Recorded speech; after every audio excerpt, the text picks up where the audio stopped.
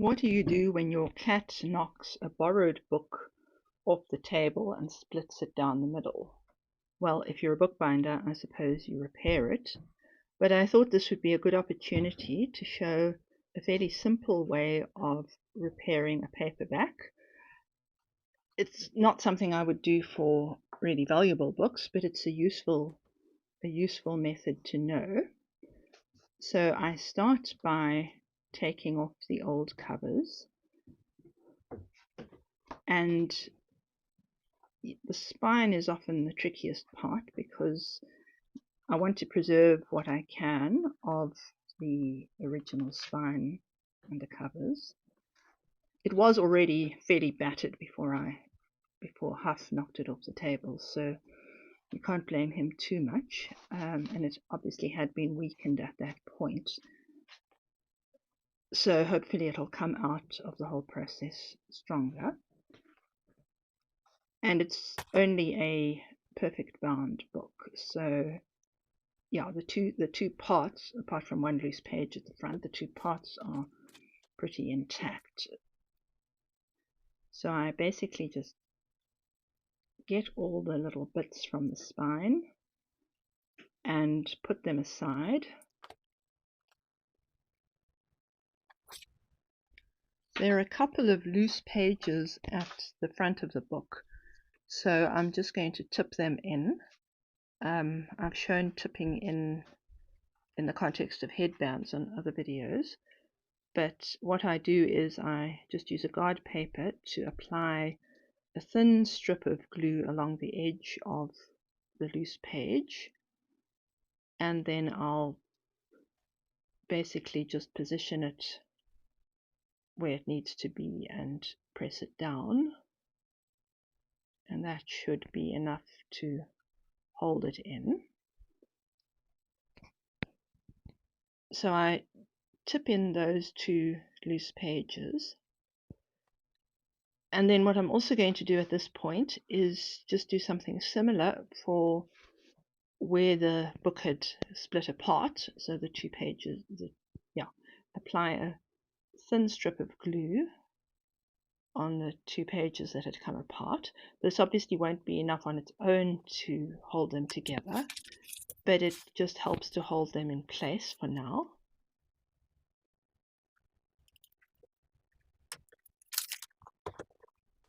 And I then press those down well, making sure that they're right on top of each other. And what I'm going to do now, which isn't absolutely essential, is just put a temporary end page over the front and back. This is really just to protect the front and back pages while I'm working on the book. It's not really essential, but just in case I do something stupid. So I'm just applying those quickly. They don't have to be exact.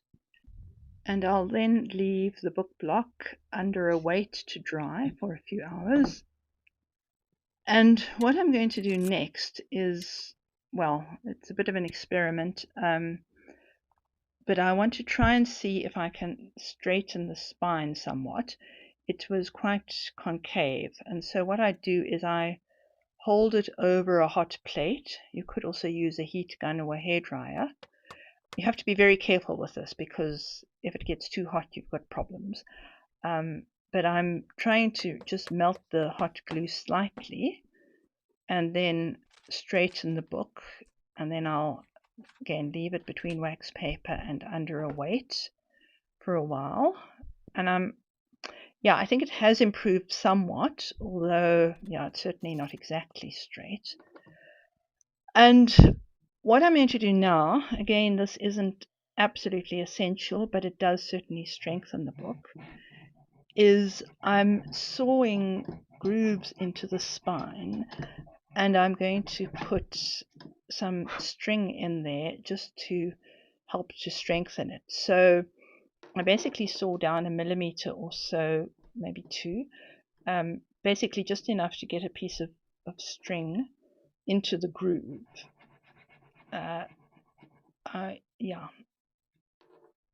the idea is that the groove will go down to below where the old hot glue is, so that the PVA I'm going to be using, the PVA glue, will then actually come into contact with the paper. So I'm just making a few grooves here and cleaning them up and checking. And then I place my book between boards. You could obviously use some sort of press as well, and apply glue to the spine, making sure to really go into those grooves well with firm bristles, and apply glue to the whole of the spine. What I normally do is then take my pieces of string and really pull them around, and then put glue in again, just to make sure that they are in well. It turned out here that my grooves could have been slightly deeper, because the string ended up protruding a little bit. It's not the end of the world, but it wasn't perfect. But yeah, the idea is that you get your glue, really get it in there well, and then the string also will help to hold the whole thing together. This technique of sawing into the spine and using cord or string to strengthen the spine is something you can also do with other binding techniques if you have a perfect bound book or a double fan bound book. It won't make it as strong as a properly stitched book, but it's one of the few things you can actually do to strengthen the spine in a case like this. So I put them all in and apply more glue. And what I'm going to do here, it's also probably not exactly necessary, but I'm going to apply another piece of paper on top just to strengthen it a bit more, and go over those cords, which are sticking out a little bit now. And then I leave it to dry, and I can actually see that they have helped to hold the book together. And then I just simply cut off the excess string.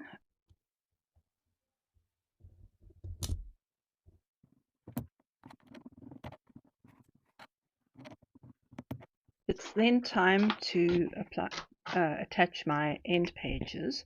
So I take off these temporary ones that I had to protect it, and I'm going to tip in my new end pages that will stay on the book. But I notice here that I should have done this earlier, that I'd forgotten to straighten out the dog ears. There aren't too many of them, but there were a few at the back of the book. And then I'm taking my end pages and just cutting them to the exact size of my book block. I'm just going to have simple folded end pages, making sure that the grain direction is running in the short grain, so it runs from head to tail.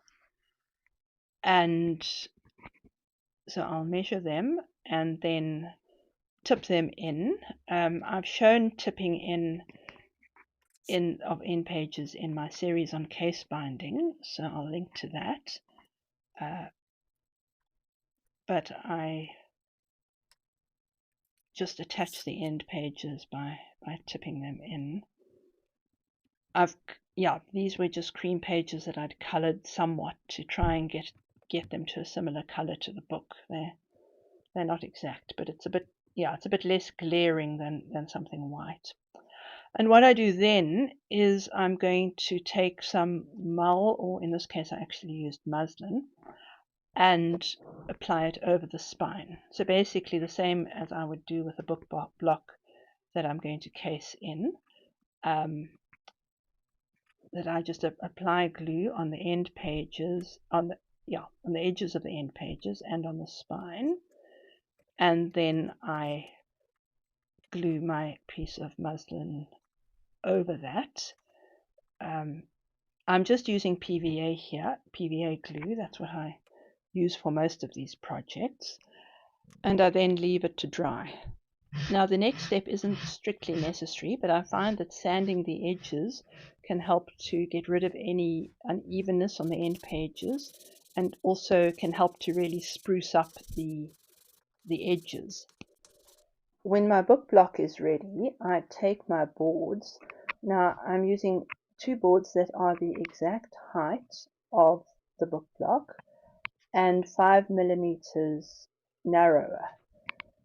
And what I do is, as in what I do with casing a book, I simply apply glue to the outside of my end pages or my paste downs, and I'm then going to glue my boards on top of that. So apply them so that they sit exactly over the book. I'm not totally sure what this method is called. We used it a lot in the library bindery, and there they refer to it as pamphlets binding, but it's not. It's not what is commonly considered a pamphlet binding. So it has some similarities to the stiffened board binding that Bookbinding and Peter Verheyen have shown. I'll link to those below, but it's not exactly the same as that at all. So I'm not really sure. It's probably some sort of hybrid that was developed for paperbacks. Anyway, I apply both boards, and then I'm putting in a moisture barrier, and I'm going to press it briefly to make sure the boards are well pressed down. That'll go into the press, and then I take it out of the press and just check that everything's okay, and then I'll put my moisture barriers back and simply leave it under some weights to dry. Leave it for a few hours until it's well dried. And once my book has dried, I see that it's basically intact, and what I do then is I take a piece of just craft paper, I think this was, or yeah, some sort of reasonably strong paper that I've colored to match the cover. You could also use book cloth for this, and I'm just going to apply glue to it, and I then take this piece of paper and I wrap it over the spine. It's probably a good idea to measure it before you do this, but it's not too crucial because the covers will go on top of it. But I just make sure that it fits exactly. And then it's quite important to rub the spine itself, but also the edges where you'll have a 5 millimeter gap. And then what I do is glue my covers onto the front and back of the boards. Now, I had previously just strengthened the corners slightly because paperback corners tend to sort of come apart. So you just need to see how your board is, and it does help to sort of consolidate them. And also you'll need to trim something off because the boards are 5 millimeters shorter than the actual book block. So you just have to work out what you want to trim off, so that your original covers will be the size of the boards, or maybe just slightly less. You don't want them going over the board. So I trim those, and then I basically just apply glue to them,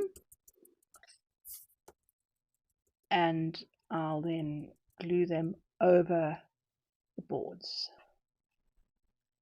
I'm just using PVA here. I've probably said that already.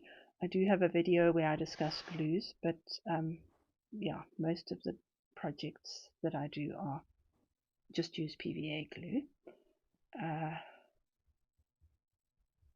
And so I carefully apply the original covers and then rub them down well.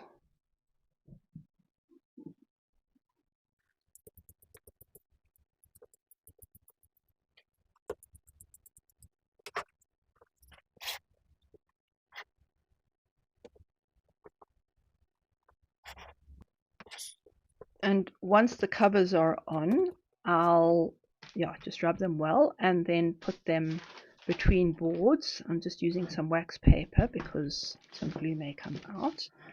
And I press them briefly and then take them out of the press and just check to see whether any excess glue has come out.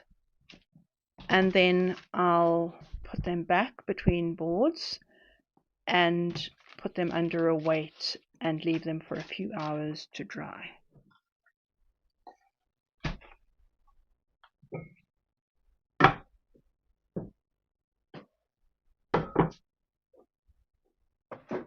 And once the covers have dried, all that's left is to attach the original spine.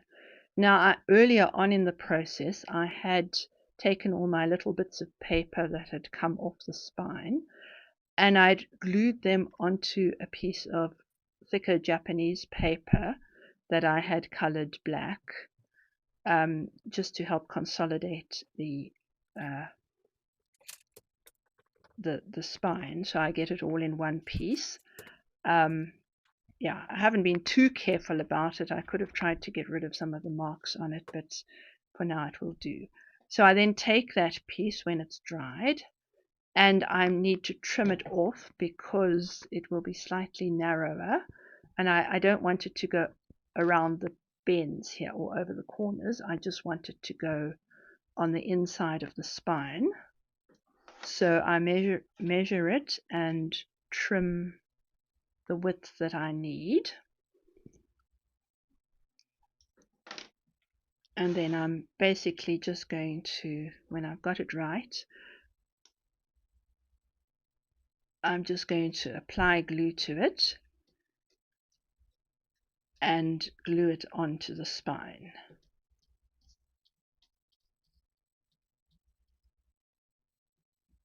Of course, this isn't strictly necessary, but yeah, it's a way of preserving the original cover and spine. So I'll place it exactly where it needs to be, and then just rub it well with a dry cloth. Possibly come back a little later, just make sure that it's well rubbed down. And then I leave that to dry for a few hours or so. And here's my finished book. It's not perfect, but I think that it's definitely stronger than it was. So I hope you found that helpful. And if you have, please like and subscribe, etc. One other thing is that I have also started a Ko-fi account. If anyone wants to support me either once off or in an ongoing way. I'm trying to make videos more regularly, but certain people do require cat food. So yeah, the more support I get, the more videos I'll be able to make. So if you're interested, the links are below. But thanks for all the positive feedback, and hopefully there'll be more soon.